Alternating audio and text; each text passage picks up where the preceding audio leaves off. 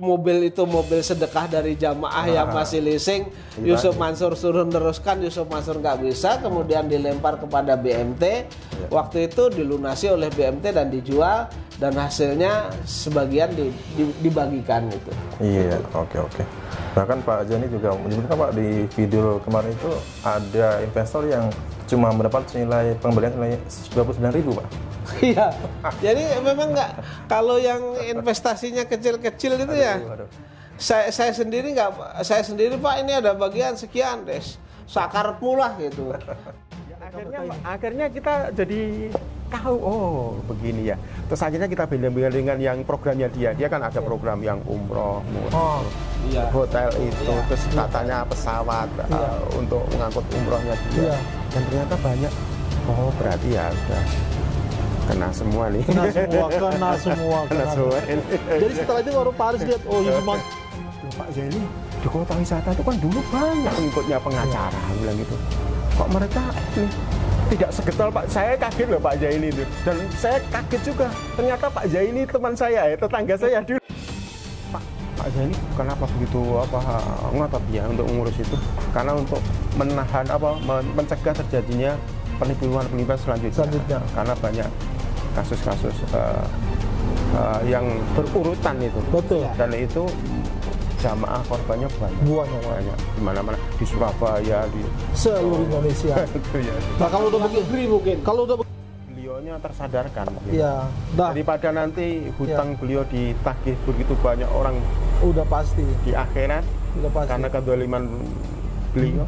Mendingan kalau masih bisa diselesaikan di dunia. Iya. Kalau di dunia nggak dapat, saya tagih di akhirat Pak. Hidup umat Muhammad SAW itu 60 sampai 70 tahun saja. Dan ya sedikit yang bisa melampaui 70 tahun. Sementara kita umur bertambah, jatah hidup berkurang. Selagi masih bisa kezaliman yang kita bisa lakukan, yang sudah kita lakukan, baik itu sengaja maupun tidak sengaja. Kalau tidak sengaja, mungkin insya Allah dimaafkan seandainya dia bertobat. Tapi ini sepertinya disengaja dan terus menerus mencari korban. Maka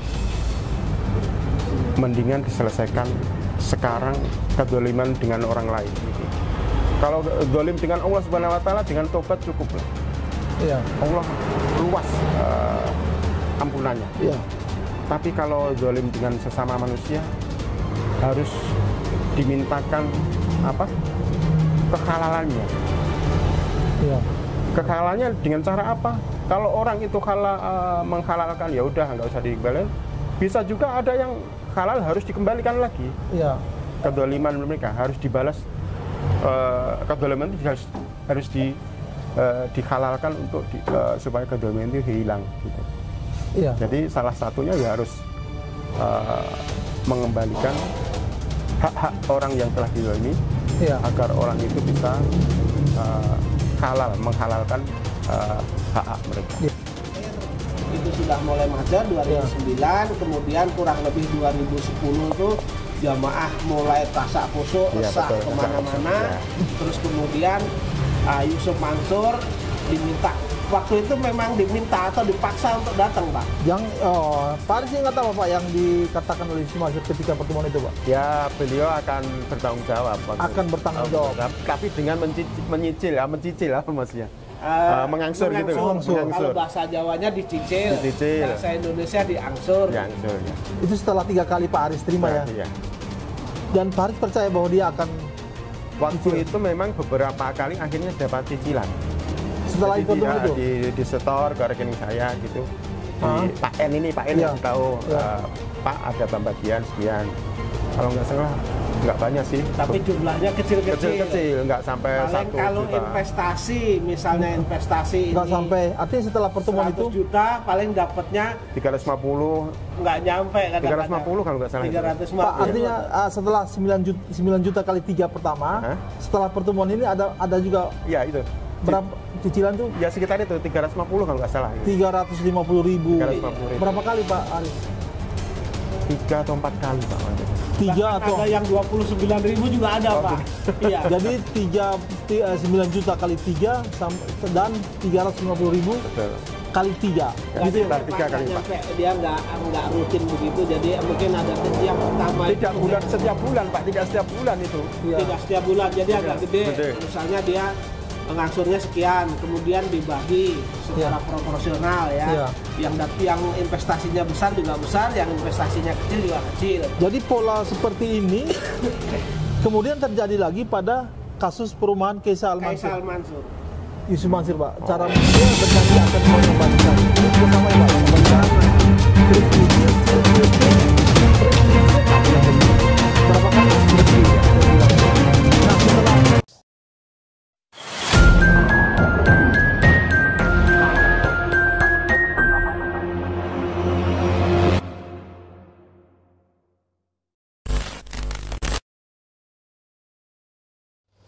Baik, Assalamualaikum warahmatullahi wabarakatuh. Teman-teman, jumpa kembali bersama saya Haji di JTV. Kita lanjutkan perbincangan dengan Pak Jani Mustafa masih terkait dengan program investasi JPN Batubara yang dimana digagas oleh Yusuf Mansur pada tahun 2009, Pak ya? Iya, betul. Oke, Pak Jani. Di tahun dari tahun 2009 dan sekarang sudah tahun 2024. Hampir 11 tahun ya, Pak ya? 14 tahun. 14 tahun. 14 tahun, Mas. Ya. Dan tentunya ini juga para korban sudah tercecer di mana-mana, ya. Ada sudah yang mungkin pindah keluar kota gitu ya. Yeah. Dan kemarin saya menonton tayangan Pak Jani bersama Pak Darso di Jogja. Yeah. Ada investor baru yang mau bersuara juga, Pak. Ini namanya Pak Haris ya, Pak ya? Iya, betul. Oke, Pak Haris ini kalau tidak salah kerugiannya 100 juta, Pak ya? Jadi begini, Yeah. Pak Aris sendiri itu kalau dalam catatan Yeah. yang tercatat ya, yang dokumen yang Yeah. ada sama saya itu jumlahnya 105, Mas. 105 juta? Ya, 105 juta. Cuman Pak Aris sendiri itu merasa bahwa uang yang disetor itu hanya 100 juta katanya Yeah. begitu. Kenapa menjadi 105 itu? Karena ketika waktu itu setelah Pak Aris itu setor, kemudian di bulan yang kesekian itu kan tidak ada bagi hasil. Cuman hanya dibacakan saja bagi hasilnya jumlahnya sekian begitu. Sehingga tapi ini karena situasi dan lainnya beberapa pertimbangan bagi hasilnya itu turun begitu. Okay. Nah, jadi kemungkinan yang 5 juta itu adalah punyanya Pak Haris yang tidak dibagikan menjadi modal begitu, Mas. Okay. Jadi jumlah total generalnya di dokumen yang saya punya itu 105, Mas. Baik. Ya. Baik. Cuman karena Pak Aris kemarin saya yang 5 itu nggak pernah ini ya, saya yang dianggap dia tuh uang kerugian dia yang disetor dia 100 juta itu gitu. Baik. Karena saking jujurnya orang gitu. Iya. Iya. Baik, Pak. Iya. Ya, Pak Azani, dengan adanya lagi suatu nama Pak Haris ya yang memunculkan suara ini semakin menambah kesaksian bahwa memang benar ya. Jadi kalau memang ada teman-teman yang meragukan terkait investasi masih ada kok di sini, Mas, dokumennya ini terkait ya. dengan keterlibatan Yusuf Mansur. Nah, ini ada satu lagi saksi Yusuf Mansur yang satu lagi Pak Haris yang nambah lagi kesaksian, memperkuat kesaksian dari investor-investor sebelumnya begitu ya. Dan Pak Haris ini juga dulu turut hadir pada waktu Yusuf Mansur mengatakan berjanji akan mencicil, Pak, di lokasi legenda wisata di Bodong Global School, Pak. Jadi ada di sana waktu itu Yusuf Mansur memang dipaksa ya. Dipaksa gitu ya. Iya. Jadi dipaksa waktu itu, kita paksa karena mereka mereka yang berceramah, mereka yang berpresentasi ketika ini macet solusinya bagaimana. Dan saat itu memang sedang panas-panasnya. Iya.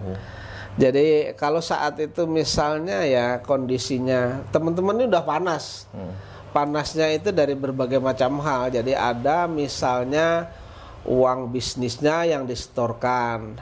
Harapannya mereka dapat keuntungan dari sana sehingga mereka bisa menghidupi keluarganya. Ternyata kan tidak ada bagian keuntungan, bahkan macet tidak jelas. Kemudian juga banyak teman-teman ini yang seharusnya sudah tidak memikirkan angsuran rumahnya juga dimasukkan ke bank, dijadikan agunan dan dimasukkan juga investasi ke batu bara ini. Banyak hal yang terjadi. Ada yang minjem ke keluarganya. Waktu itu memang ada yang minjem ke keluarganya, ada yang ngajak kerabatnya. Berbagai macam cara, bagaimana caranya dapat duit, dan itu dimasukkan dalam investasi ini. Jadi begitu investasi ini ternyata investasi bodong, ya kan, money game. Masing-masing orang ini ya sudah kondisinya sudah kebingungan, sudah panik. Kemungkinan kalau misalnya tidak dicegah dan lain sebagainya, bisa saja mereka melakukan kekerasan fisik begitu. Waktu itu Yusuf Mansur memang sengaja kami minta, sengaja diundang, ya kan. Waktu itu BMT Darussalam belum sepenuhnya mendukung Yusuf Mansur. Menurut saya masih ada hati nuraninya. Mereka juga waktu itu juga mendukung lah agar Yusuf Mansur ini datang. Jadi berada di pihak investor dulu ya. Ketika ini sampai, waktu itu diadakan pertemuan, Yusuf Mansur memang tidak mau diadakan pertemuan di kota wisata ini. Tapi mungkin kalau diadakan pertemuan di kota wisata ada pertumpahan darah mungkin, Mas. Mereka minta ada pertemuan di tempat lain yang paling aman. Itu adalah waktu itu dipilih ada di Gedung Serbaguna. Jadi Global School itu punya Gedung Serbaguna, di sanalah orang-orang ini dikumpulkan, lalu minta bagaimana penyelesaian ini diminta kepada Yusuf Mansur. Bukan hanya telinga saya, tetapi banyak telinganya juga. Waktu itu Pak Lugu yang sering ikut saya itu juga mendengar. Kemudian kemarin kesaksiannya Pak Aris sama klub bahwa Yusuf Mansur itu berjanji akan mengembalikan seluruh investasi JBN yang disetorkan oleh jamaah Masjid Darussalam. Investor-investor itu akan dikembalikan dengan cara mencicil. Dan memang mereka mencicil itu ada beberapa kali juga ada. Dan saya tahu sendiri bahwa Yusuf Mansur ketika tidak bisa menyicil, mereka menitipkan mobilnya itu kepada saudara IP waktu itu sebagai ketua BMT Darussalam agar waktu itu kreditnya macet. Jadi mereka juga masih harus bayar beberapa kali lagi. Silahkan ini kreditnya diteruskan. Setelah nanti dibayari, silahkan mobilnya dijual. Saya mobilnya masih ingat warnanya, kalau warnanya putih waktu itu. Kemudian memang benar mobil itu dijual, lalu karena itu kreditnya macet ya, kreditnya diberesin dulu, kemudian mobil itu dijual, ya kan, lalu ada sisanya menjadi angsuran begitu, Mas. Iya. Sudah ini mobilnya bukan mobil ini ya, mobil lunas ya, mobil leasing ya Pak ya. Jadi Yusuf Mansur itu mengambil, menurut ceritanya IP terhadap saya, karena saya ke rumahnya waktu itu ada keperluan. Menurut ini mobil dari YM, dia bilang gitu. Cuman kita harus melunasi kreditnya, tinggal beberapa kali. Kemudian nanti sisanya untuk bayar ke kita gitu. Bahkan Pak Jani menyebutkan katanya ada. Saya tidak tahu juga apakah mobil itu mobil sedekah dari jamaah yang masih leasing. Yusuf Mansur suruh meneruskan, Yusuf Mansur nggak bisa, kemudian dilempar kepada BMT. Waktu itu dilunasi oleh BMT dan dijual, dan hasilnya sebagian dibagikan itu. Oke. Bahkan Pak Jani juga menyebutkan Pak di video kemarin itu ada investor yang cuma mendapat nilai pengembalian nilai 29.000 Pak. Iya, jadi memang nggak, kalau yang investasinya kecil-kecil itu saya sendiri Pak, ini ada bagian sekian des, sakarepmu lah gitu bahasanya. Ya kalau cuman saya berinvestasi 80 waktu itu, cuman nanti dapatnya recehan kayak gitu kan, kita nggak mikir juga, Mas. Ya misalnya katakanlah misalnya kita suruh setor ke rekening kita, administrasinya ada berapa gitu ya, kan? Baik. Oke, baik Pak Ya. Zaini. Ya, video-video dari Pak Haris ini nanti akan saya potong ya dari poin-poin yang penting saja, nanti akan saya tetapkan di awal. Seperti misalnya ini ternyata Pak Haris juga terkejut ya setelah mengetahui dari berbagai media. Nah, ternyata korban-korban Yusuf Mansur ini bukan hanya dari bisnis investasi batubara. Nah, ternyata masih ada patungan usaha, tabung tanah, patungan aset, kemudian umroh merdeka, kemudian merdeka, jualan beli pesawat juga ya. Pak Haris mengatakan, berarti karena semua begitu ya. Dan juga ini Pak Haris juga menyebutkan Pak, dulu itu banyak dari kalangan investor itu ada yang berprofesi sebagai pengacar Pak, tapi hanya satu-satunya Pak Zaini yang getol untuk melawan gitu Pak. Nah ini apa Pak nih yang melatar belakang gitu? Jadi begini ya, kalau saya dikatakan getol, jadi gini, ada panggilan jiwa juga untuk saya ya. Jadi sebenarnya dari awal ini JBN itu macet, itu saya sudah bertekad bulat akan menyelesaikan permasalahan ini baik secara pidana maupun perdata. Karena waktu itu jelas sekali kan sebenarnya pidananya, terus kemudian si A si B-nya itu kan jelas pasti tersangkut, artinya ada dader intelektualnya, kemudian ada pelaksananya, kemudian ada yang membantu dan lain sebagainya. Memang ketika saya waktu itu jalankan itu pidana, tentu teman-teman juga banyak yang jadi korban. Tapi bagi saya waktu itu ketika teman jadi korban ya nggak masalah karena mereka mungkin terlibat kan begitu. Karena saya menganggap kalau ini saya biarkan, saya sudah berpikir jangan-jangan nih ini saya biarkan begitu ya.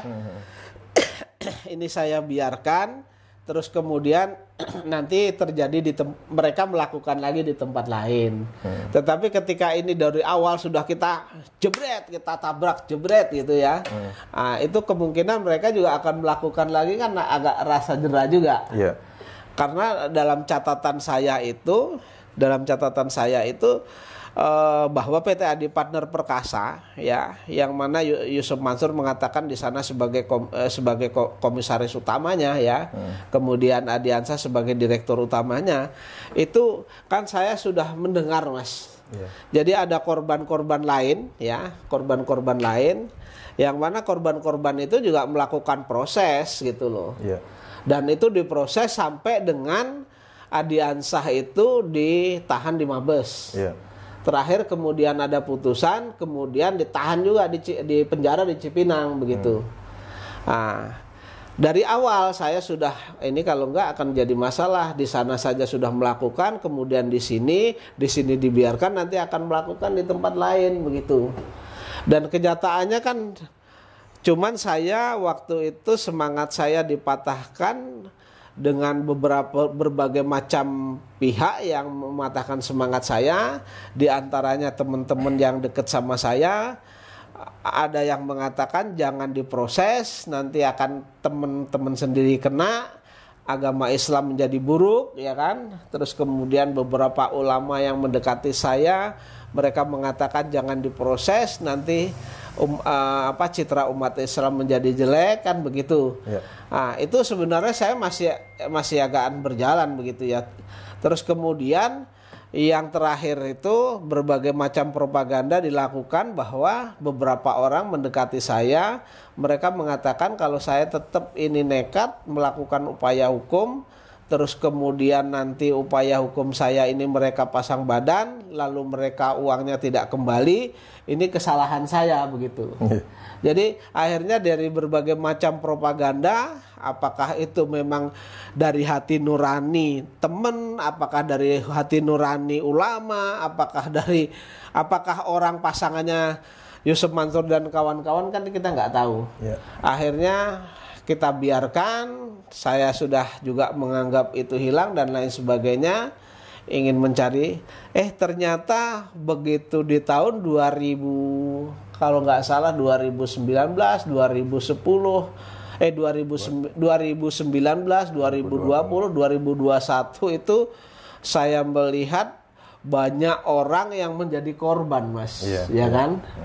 Banyak orang yang menjadi korban, sehingga sudah, karena waktunya juga, jangka waktunya juga sudah lama, dari 2010 sampai 2020 kan udah 10 tahun. Artinya ya saya sudah tidak berisiko lagi ketika saya melakukan upaya hukum, uang orang itu hilang ya karena mereka tidak melakukan upaya hukum kan, begitu kan.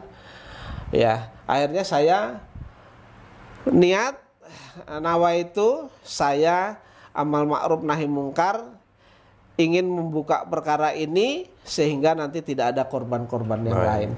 Nah, dan ternyata begitu saya sudah masukkan gugatan, ternyata sampai dengan saat ini tuh banyak orang yang minta bantuan kepada saya, yang mengaku menjadi korban dari Yusuf Mansur kan begitu. Baik itu dalam patungan, macam-macam patungan, Mas. Terutama ya karyawannya dia sendiri saja meminta saya untuk menjadi penasihat hukumnya, ya kan.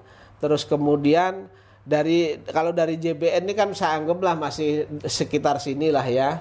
Terus kemudian juga beberapa orang juga yang ngirim berkas perkara berkas-berkas ke saya. Banyak lah, jadi artinya ya banyak orang yang merasa tertipu lah begitu, ingin melakukan upaya hukum begitu. Dan saya berkeinginan memang ya udah sekuat apa saya akan berupaya. Jadi ketika nanti ajal tiba, kemudian di akhirat nanti diperiksa, saya sudah berbuat, apakah itu berhasil atau tidak itu kita serahkan sama Allah, tapi saya sudah berbuat semaksimal mungkin begitu. Dan upaya saya juga bukan hanya upaya hukum saja sebenarnya. Saya juga beberapa kali minta bantuan kepada tokoh agama ya. Namun tokoh agama juga saya kira banyak yang hanya berbicara ketika mereka mengisi pengajian, tapi real implementasinya juga nggak berjalan gitu loh. Baik. Gitu. Jadi niat Pak Zani untuk mencegah terjadinya penipuan kembali atau adanya korban-korban selanjutnya. Karena di tahun 2019, tahun 2020 itu barulah muncul korban-korban bisnis Yusuf Mansur, dan di antara mereka itu banyak dari kalangan orang kecil ya, ada kalangan TKW ya. Ada kalangan orang pedesaan seperti Mas Suwarto, Budarni dan lain begitu. Dan Pak Zaini tak gentar ya melawan Yusuf Mansur walaupun ya dikenal punya nama besar ya. Bahkan MUI sendiri juga mengatakan tidak bisa menyetop seorang Yusuf Mansur ya, dan Pak Zaini lah satu-satu pengacara yang sampai saat ini berani melawan Yusuf Mansur gitu. Ya, segala kekuatan dan kemampuan kita kerahkan, segala resiko sudah kita tanggung, sudah kita pikirkan, Mas. Gitu. Dan Pak Zaini juga percaya bahwa sampai detik ini banyak masyarakat ada di belakang Pak Zaini untuk mendukung dan mendoakan perjuangan Pak Zaini. Terakhir ini yang menarik, ada pesan dari Pak Haris kepada Yusuf Mansur terkait dengan rata-rata umur umat Nabi Muhammad itu antara 60 sampai 70 tahun begitu Pak ya. Dan jatah umur kita semakin bertambah, tetapi pada hakikatnya jatah hidup kita di dunia itu makin berkurang. Dan apabila kita melakukan kedoliman kepada Allah, itu bisa saja kita bertobat gitu Pak ya. Tetapi kalau kita melakukan kedoliman kepada manusia, itu tidak serta-merta cukup hanya dengan bertobat, tetapi harus ada ridho dari orang yang terdolimi ya. Dalam hal ini yang terdolimi adalah para korban-korban investasi batubara, di antaranya oleh Pak Zani Mustafa itu ya. Dan cara supaya Yusuf Mansur ini bisa diampuni ya hanyalah dengan cara mengembalikan hak-hak daripada investor begitu Pak ya. Baik, terima kasih Pak Zani Mustafa ya. Itu tadi teman-teman, nanti saya selipkan ya potong-potongan video yang mana ini pesan-pesan dari Pak Haris pada sesi wawancara bersama Pak Darso dan Pak Jani Mustafa. Baik teman-teman, saya Aji dan Pak Jani Mustafa. Sampai jumpa di video selanjutnya dan di pembahasan lain masih terkait dengan bisnis atau korban-korban yang berkaitan dengan isu mansur. Saya Aji dan Pak Jani Mustafa dari Kota Wisata Cibubur mengucapkan terima kasih. Wassalamualaikum warahmatullahi wabarakatuh.